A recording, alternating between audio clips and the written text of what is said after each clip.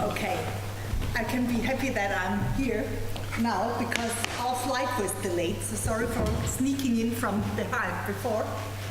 So we produced a little bit of CO2 emission today due to flying. But in order to improve our consciousness, we were walking from Holborn Viaduct up here. What did you think of the air quality? I think it was quite okay here, but that's due to the grain and the garden areas here round about. And that's the link to a very important point in cities, to combine green and the built environment. Which hitherto we always used to do. I mean, we have Bloomsbury Square, more or less opposite. We have Red Lion Square right outside. Exactly. There's another one a bit further down. And we need more of that kind of squares and places in the urban environment. We would just pass the poster, mid something, green rooftops in London, mid something with the future. There was a link. And I said, we have to look up that link and see what this is about. Because greening in cities can actually be done in different ways. And what you should know about us, we are not a big company, but we are a kind of you can say, pioneers in the field of aiming for making things reality, walk the talk. So the good news to your presentation before is there are some people who really try to make it also in operation be sustainable through economically and energy efficient and sustainable.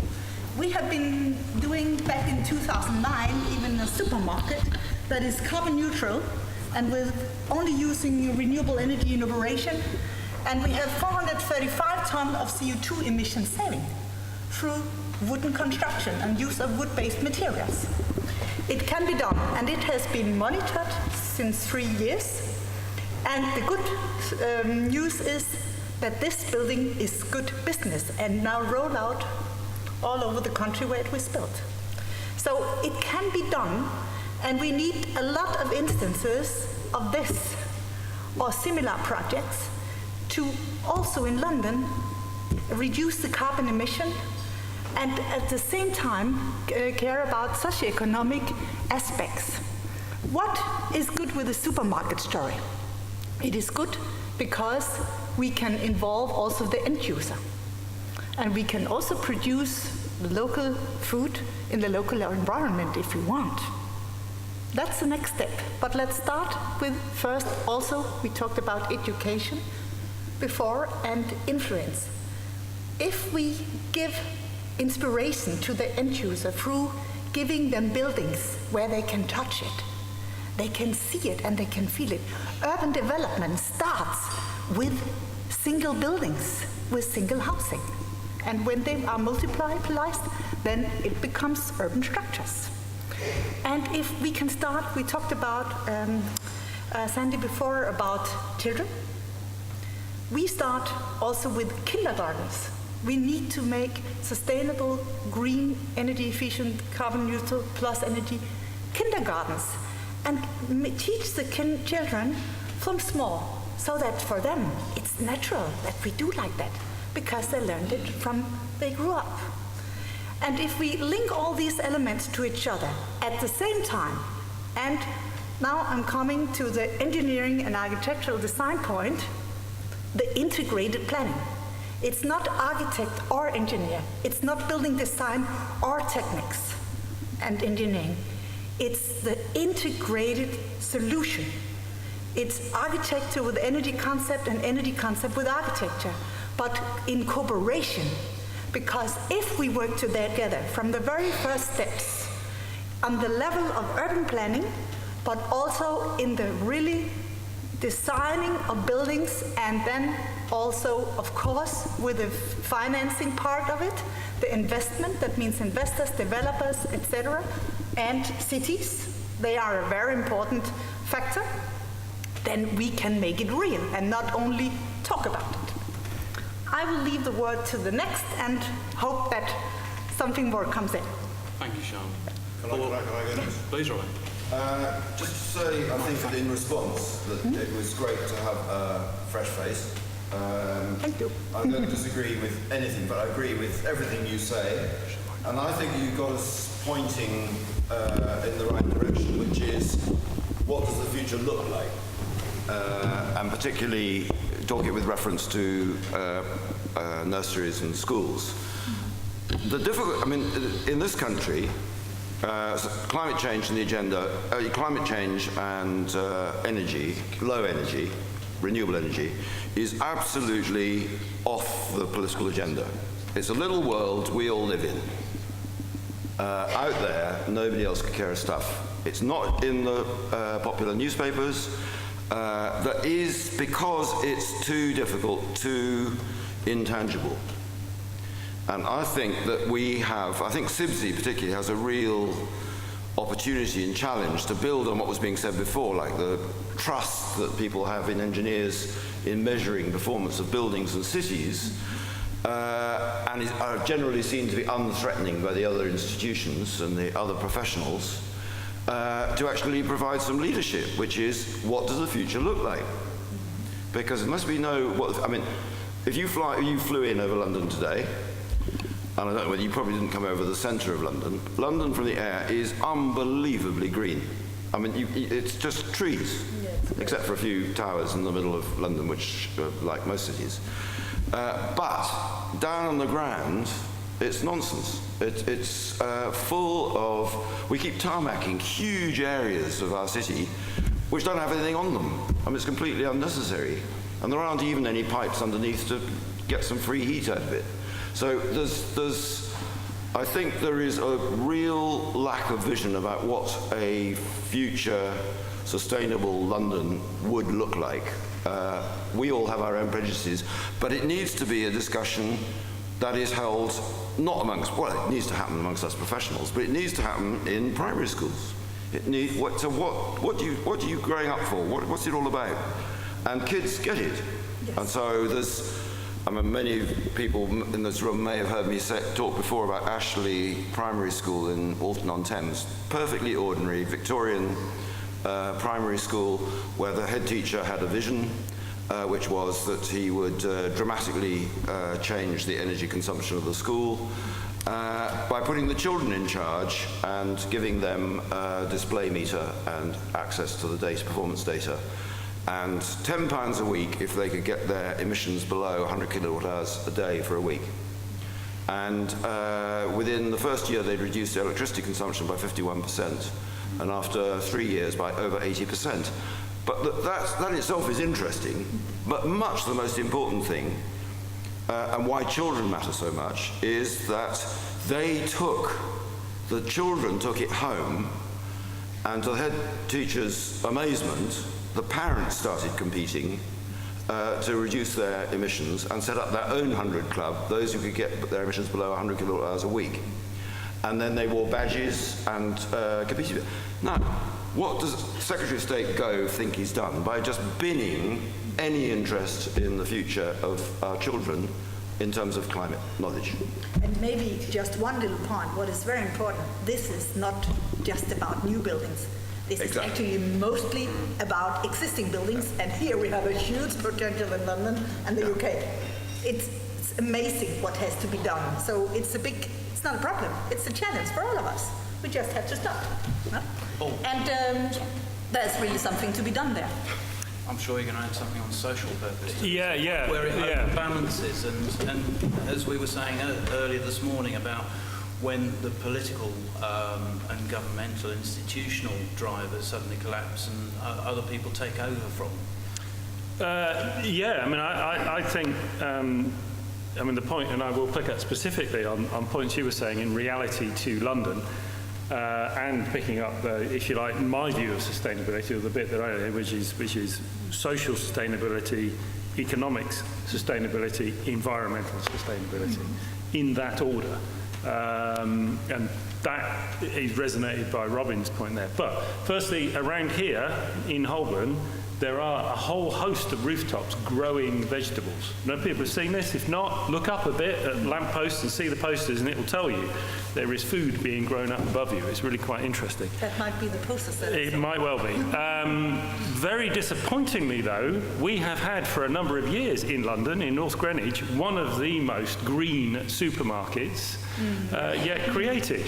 However, it may already be too late, but under threat because of larger scale economic activities. Is a larger firm wants to raze it to the ground because it's too valuable, that area, as a piece of land with what they can do with it as opposed to this supermarket. Do any of the customers there? They might be concerned loss of the supermarket, but are they concerned that they might lose an environmentally sustainable or whatever supermarket? I don't know. I think part of that conundrum there is because it doesn't connect to the bigger drivers, which are the social and economic drivers. There is not that disconnect. There is that disconnect and not that sort of link with it. And I think that's part of our problem. You picked up what you said, and we hear it all the time. We're trained to solve problems. This is why I made the statement earlier that we can solve energy problems. We can solve problems of the built environment. We can do all of that. What we're no good at is actually understanding the question in the first place, which is why people don't get what we're doing some of the time, because we're answering our own questions. Yes, of course it sounds wonderful. Save energy. Great. But unless that actually means something, and the example there, gamifying it, I think is the phrase I put around it, make it competitive that actually you're saving energy. You know, it's the whole nonsense of smart meters that are going into people's houses. They hate them. They're only smart for the supplier. They're not smart for the consumer, so they mean nothing. You know, make someone so the person, it means something to them, so they have choice. It relates to their life. Their life is better in some way. Then we'll see change. Might give them their own form of energy generation. Potentially, yes, community energy, or even look at a modest thing now, but it's interesting how the marketing of it has changed, but the Nest thermostat, which anybody go around, I'd say the Tube at the moment in London, you wouldn't be doing that today, but it's being marketed everywhere, but they've kind of dumbed it down a bit. The Nest was a wonderful device, it still is a wonderful device, that actually is a learning thermostat that will pick up your behaviours and your habits. So rather than being all the thermostats most of us have got, where we decide the temperature we're going to have, it learns from your adjustments where you're comfortable and will provide you the environment appropriate to you in the most efficient manner. However, what we're seeing now is a kind of dumbed down, in some views, from our view, of the product to sell it to the people out there. But what it's doing is responding to their lives in a real way. So it's things like your thermostat goes on holiday when you do, and all the rest, and all the rest of it. Not, this is going to save you energy, or this is that. Stuff that makes sense to us, but stuff that makes sense to other people. You know, this is the big problem with the existing building stock, is making it relevant to what people are doing. You know, not trying to solve the problem, not making why don't we start thinking of carbon or energy per head? Why don't we start thinking about the energy being consumed in this room right now by each of us? Why don't we start voting with our feet and say, do you know what, I don't want to work in that space because that obliges me to be spending more carbon than I should. Well, for that you need bills display energy certificates more than that, but you need on every building, regardless of whether it's public or private.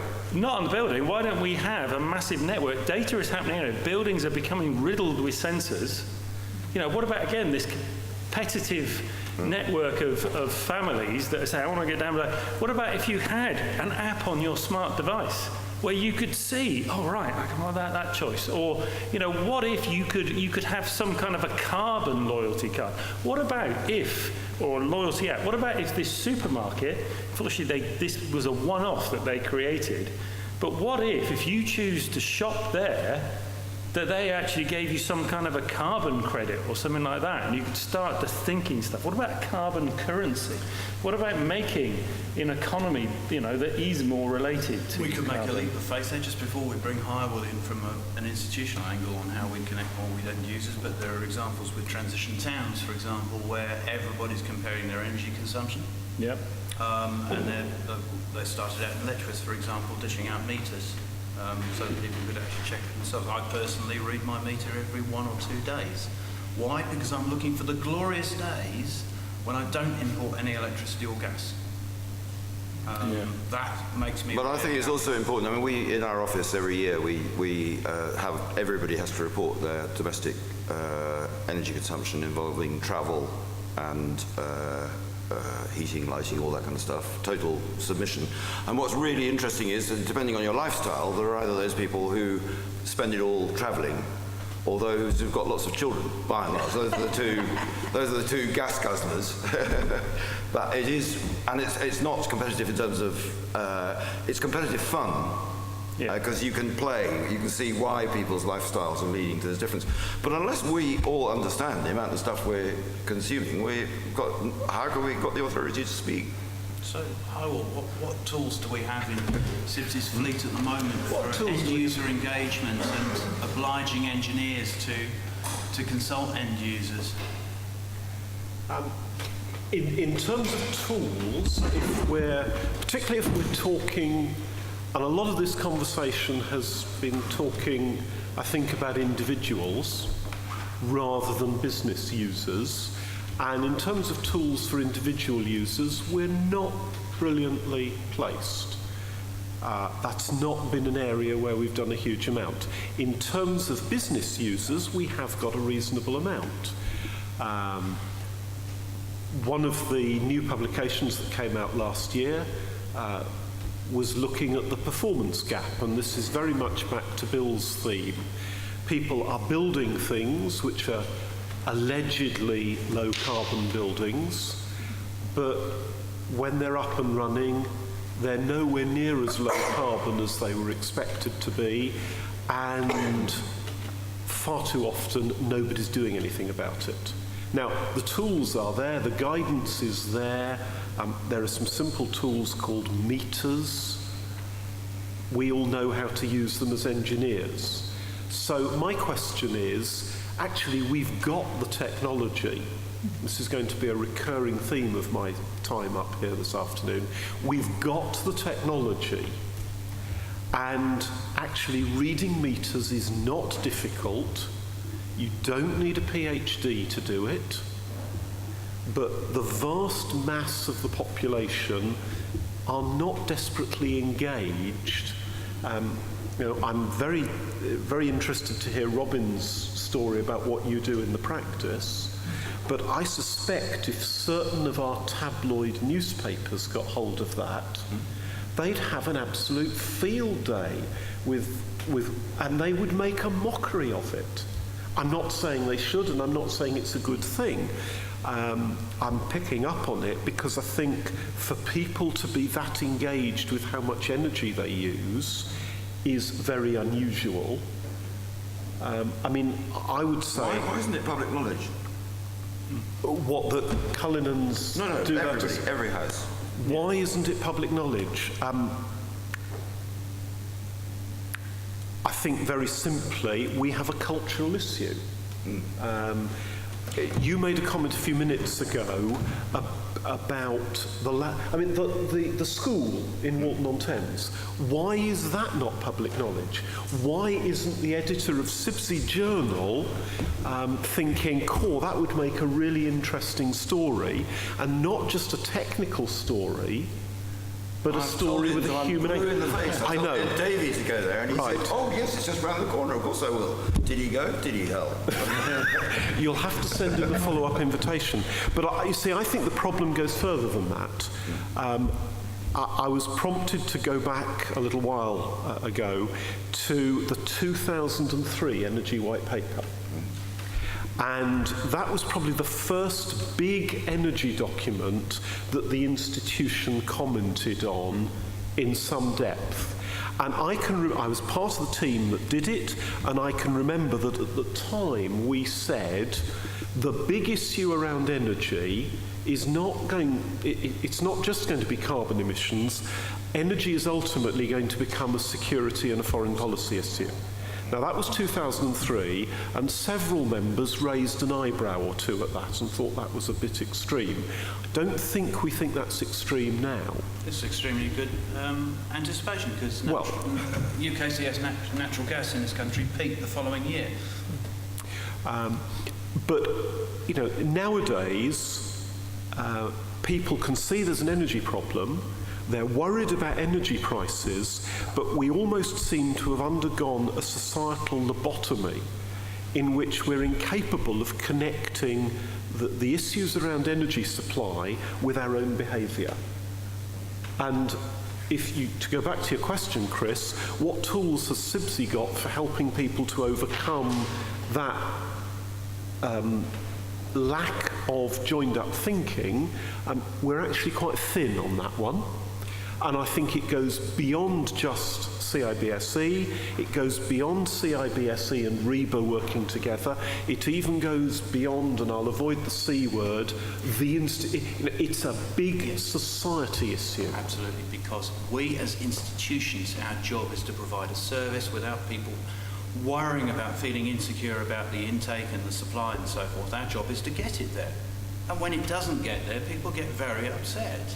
We've talked a lot, I know you were talking this morning about disconnects. There's great disconnects between us and biophysical realities is one of society's issues, I think. I don't want to monopolise this. There's another disconnect, which is between what we do and what many of our business users want.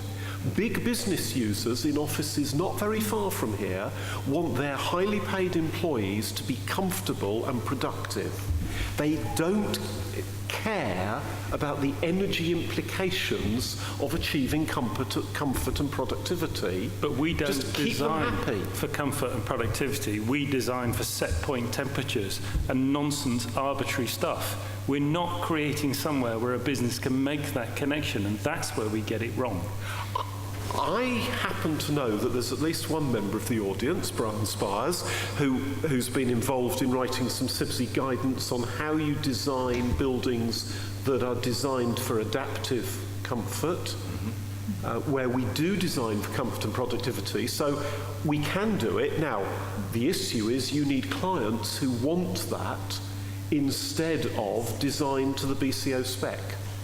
And one of the aspects where you can get clients to want it, if they get aware of and understand that ecology and economy don't need to be contradictions. And that is, we did the Deloitte headquarters in Düsseldorf, Germany, back in 2003, and certified it as a Green Building EU in 2008. It's not a problem. You just have to do it and not just wait for certification. And then you can take the certification even afterwards. Because that is auditors. They understood comfort for the employees, for efficiency, corporate social responsibility, but at the same time, auditors, they can read numbers, and they could see this was big business. But there's another dimension to this, which is the need for progressive pricing. I mean, it is a ridiculous situation where the more electricity you consume, the cheaper the price. That's the smart meter thing. And so actually what you need is a really almost free electricity to begin with and a very, very steep climb. Electricity and water and all other fuels. Now, I mean, it's not terribly difficult to imagine the people who are spending a lot of it are going to pay a lot of money, they won't even notice it. But it's the change of culture which is equitable. It's about fairness. The present situation is completely unfair, and the planet's suffering as well. So I just cannot understand why ordinary political parties, Tories accepted, don't get a grip on this. There's a practical problem there because the cost of the raw gas and raw electricity that you are reducing as you reduce your meter consumption is a relatively smaller part of the bill, about 47%, for example, for gas. So as you cut your gas consumption, they're still stuck with the distribution costs. And the bloke who comes to read before the smart meter gets put in, and so forth, because they're still stuck with those costs. So ironically, that's one of the reasons we have this impulse to consume more. But it needs inverting. I agree with you completely. Maybe we've got to pay more per unit. and then start shifting towards a much more local management and ownership of energy, water and waste. But Robin, as you said about Walton-on-Thames, I bet there were other spin-off benefits about resource consumption in general, like not using the car as much, or not buying as much, or not wanting a new device every year. Absolutely. I mean, but it is. I mean, I have seen them perform in House of Commons relatively recently, the pupils. I mean, the story is still going on, which is fantastic. And they claim that the boys and girls don't lose it when they go to secondary school. I'm still slightly sceptical, but I wish them well. Depends on who's paying the bill. There probably is massive wider benefit in the fact of just engaging parents in the education of their children in a way that tends not to happen. So this is again where you're pressing social buttons. Yeah.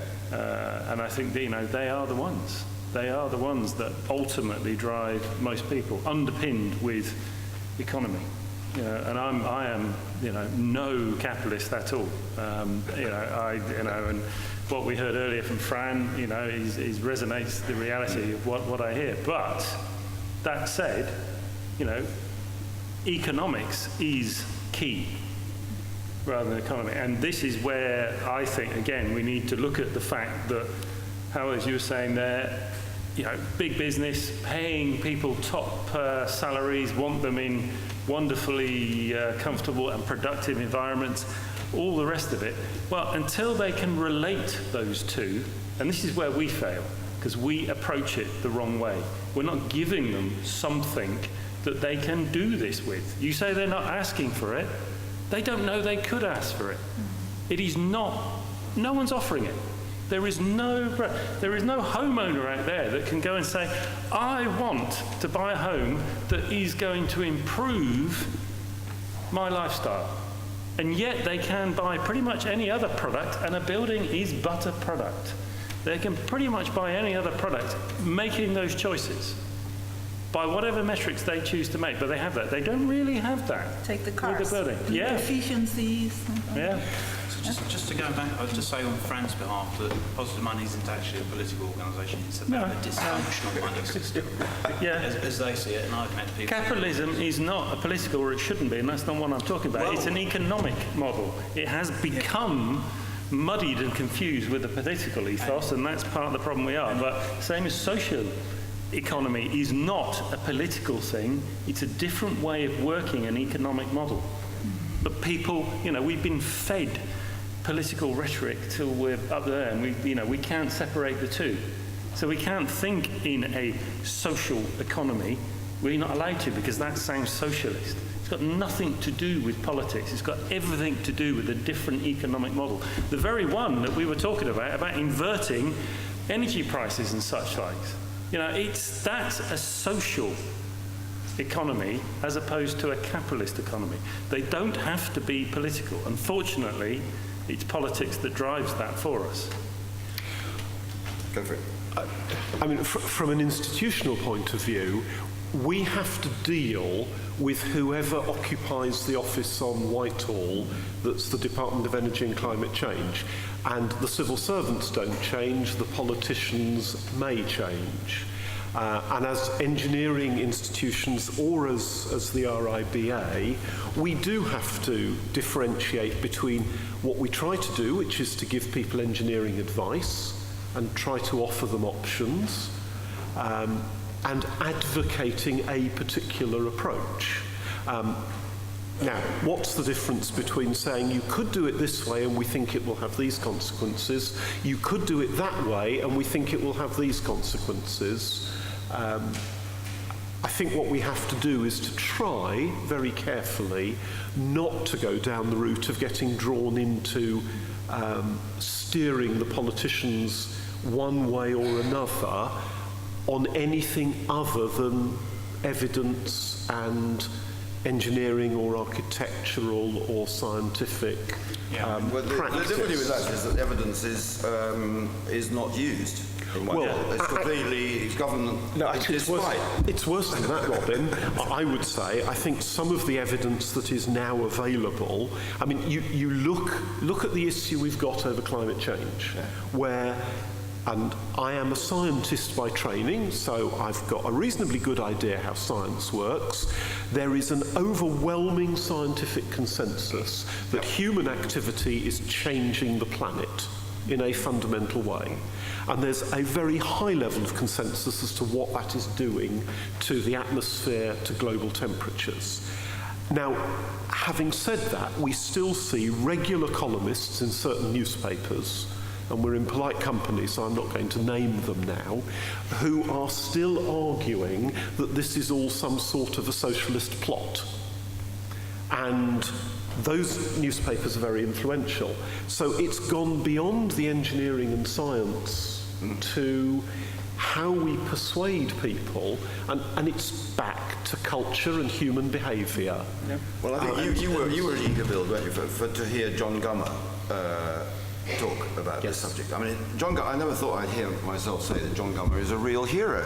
I mean, there he is, ex-Tory minister, telling the BBC off for daring to give airtime to people who are lying about climate change. Including his former cabinet colleague, Nigel Lawson. Exactly.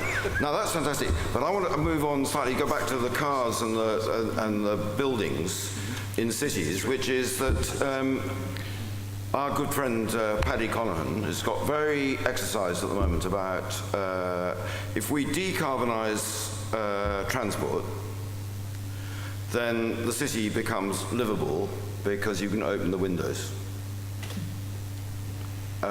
And I think, that I'm grossly oversimplifying the discussion, but I think actually there's a point. The only point of having air conditioning in an office building in London is because of the noise and the rubbish out in the air. As a cyclist, I breathe it in every day, so I know exactly how awful the air is, because, or at least my lungs do. So I feel quite passionate about the fact that, again, it's another issue. Why haven't we got a grip on air quality in London, which has been measurably getting worse, but is actually exacerbated by the buildings that we build them, instead of being part of the treatment process? I think somebody else ought to answer that one. Sorry, I wasn't looking at you exclusively.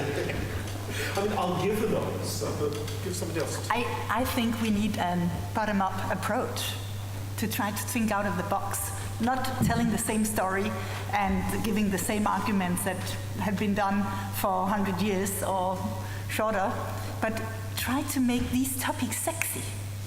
We have to make them attractive and state-of-the-art. I know about actually a kind of a research project, but have been turned into practice where they carbon neutral or plus energy houses have been built, and then they invite a family to live in it and make a marketing tool out of it. I was very happy. I was invited by UK Trade and Investment and at that time Think London back in 2009 to see the BRI centre up there. That's great, but I asked myself, why is it so far from London? No? Yeah, that's a shame. There are two little people who knows about it, because the idea is brilliant. But we have to get the message out. And I think that's a very, very key point. We have to do something that gives press, that creates awareness, and make it sexy for people to join. And a very important point that you think you said before is it has to adapt to people's life and how they want to live. Yeah. And what is their state-of-the-art lifestyle? Look at kids. I'm Danish. In Denmark, the kids get a laptop at school, and they don't have, in most modern school, they don't have a desk anymore and a chair. They have a chair with a desk on. Why? Because they found out that the attitude of learning from children is much better, and the picking up is much better if they can quickly make new groups. And you don't change your desk all the time. But if your chair is on wheels and your desk, well, that is also with your laptop, is quickly, you can make new working groups. Then people and children get more open to change and to individuality and group work, etc. So that's the new studies in Danish education system, for instance.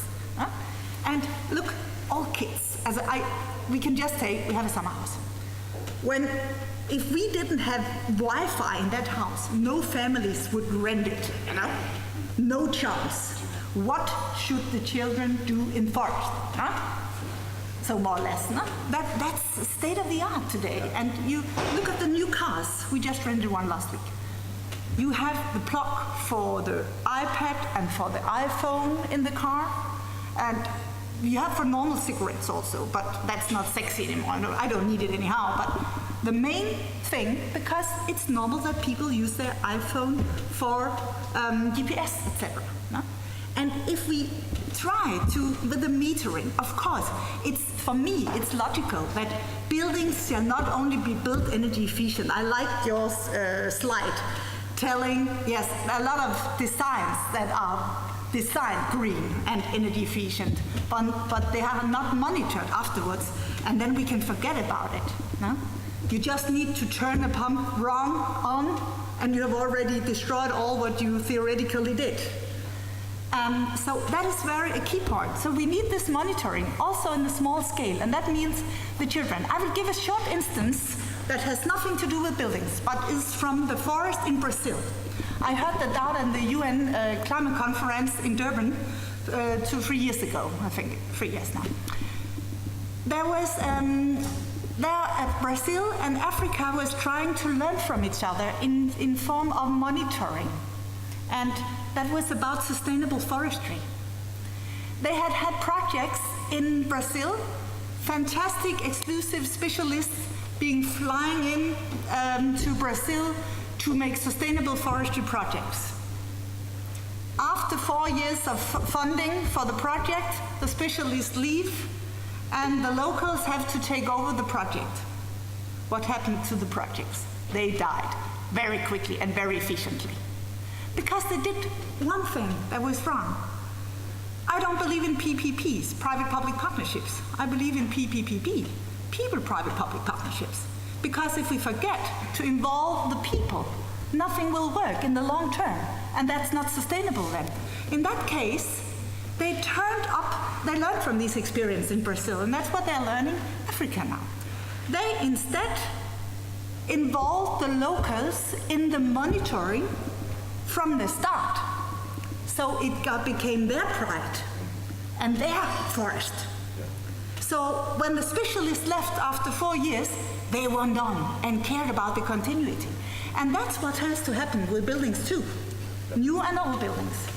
We've got time for just a couple of last points, and I'd love to preface it with this. So, Hywel, you've illustrated very well the predicament or situation of institutions in general, that they have to tread a very narrow line between being dismissive of political policy or whatever. We've talked about how the media inserts a disconnect between the public and resources issues, sustainability issues in general.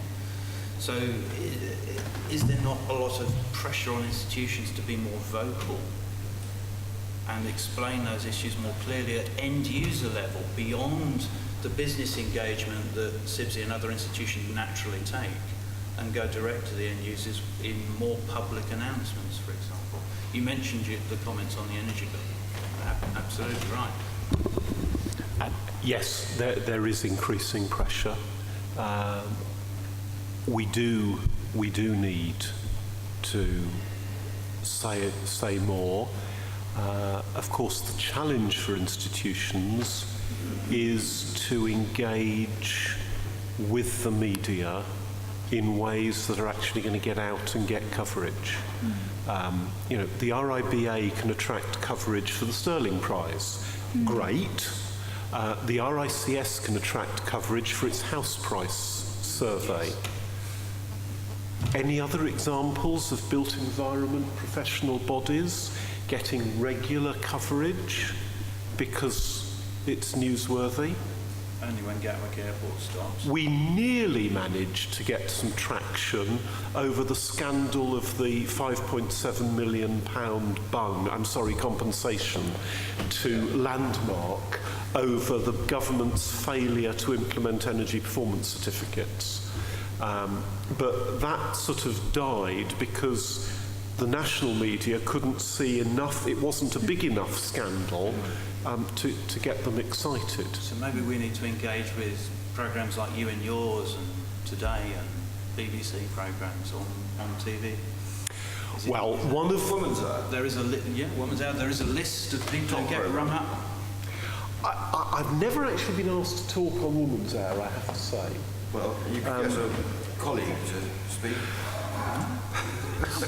I think we do have to look for it. I mean, to be fair, Chris, we do from time to time get asked to provide responses, and this is another challenge for institutions, that usually when you're asked to contribute to a programme like that, it's we want someone now, not tomorrow, in 2 or 3 hours. And we have been able to field people for some of these things, but it requires a reasonable amount of hard work, and we need somebody who's ready to jump just like that.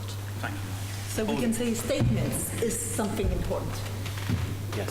Public statements. One last point. Yeah, quick statement. Before we go to anywhere like that, I think we need to fundamentally change our game and our outlook. We need to think of people first, then buildings. We need to think in systems. That's what I mean by integrated. We do not do that at all. Picking up on Bill's point, I think I agree. Performance gap, yes. But it's echoing why the problem we constantly face. What matters is the prediction gap, not the performance gap, because it's the prediction gap that is wrong that causes the performance gap. The time it's a performance gap, it's too late. Thinking in systems and thinking about people first, then the environments in which they could thrive is the way we change this. You talked about carbon wonderful houses. There is an organisation just outside of London that will go unnamed, but no one will know it here, who I went to an event the other day really quickly, and they were so proud of their Code 6 home and all the rest of it. And they said, oh, then we started to put people in to see what would happen. Fail. What about actually looking at people and their lifestyle choices and what they want to do, and then think about an environment that might best support and contain that? Don't think about designing this wonderful product and artifact and then wondering when you put people into it, oh, didn't expect that to happen, or they didn't understand it, didn't use that. Make people the purpose of what we're doing. Society first, then make the economy support it, turn that into a thing, and do it in a way that has least impact on the planet. Until we get it around that way, until we start moving away from thinking about buildings, but thinking more about environments and environments that people occupy, we will continue to repeat the same mistakes just in different ways.